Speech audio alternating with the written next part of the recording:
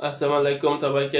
খাদ্যের খিলাতে স্বাগতম। খাদ্য আমরা যা খেয়ে ক্ষয় পূরণ এবং পুষ্টি সাধন করে থাকি তাই খাদ্যের ক্ষেত্রে দুটি এক হচ্ছে সুষম খাদ্য হচ্ছে তা একটু একবারে তার ভাগ শর্করা, এক ভাগ আমিষ এবং এক ভাগ তেলেও থাকবে এবং আদত্ত খাবার হচ্ছে সকল পুষ্টি উপাদান থাকবে, যেমন সকল পুষ্টি উপাদানের ভিতর দুধে ভিটামিন সি নাই এরকম একটা খাদ্য পিরামিড থাকবে এবং সকলে ভিটামিনের এবং সকল পুষ্টি উপাদান থাকবে, এটাকে হচ্ছে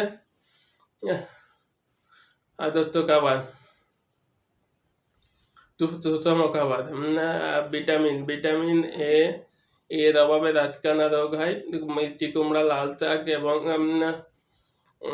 মিষ্টি কুমড়া, লাল শাক থাকে। দুধের শর্করার নাম ল্যাকটোজ। আর আমিতে থাকে amino acid.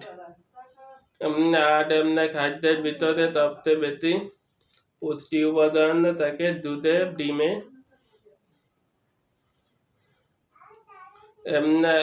R vitamin A, B one, B2, বিটি, এটা বেরি রোগ এবং বিভিন্ন দাঁতের ঘা এগুলো হয়ে থাকে। আর ভিটামিন সি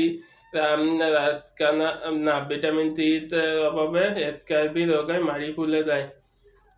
টক জাতীয় খাবার, কাঁচা জলে সবচেয়ে ভিটামিন সি বেশি থাকে, লেবু। আর ভিটামিন ডি এর অভাবে আর বয়স্ক এবং শিশুদের জন্য ভিটামিন ডি, সূর্যের আলো এবং কড মাছ, সামুদ্রিক মাছে ভিটামিন ডি থাকে। ভিটামিন ই শুক্রাণু এবং ডিম্বাণু গঠনে সাহায্য করে। এটা সিমেন্ট বৃদ্ধি, ত্বক ভালো রাখে। সিমেন্ট বৃদ্ধি এবং বাদামে ভিটামিন ই থাকে এবং ভিটামিন কে রক্ত জমাট ভাঙতে সাহায্য করে। এটা কচু শাক এবং শাক সবজিতে থাকে।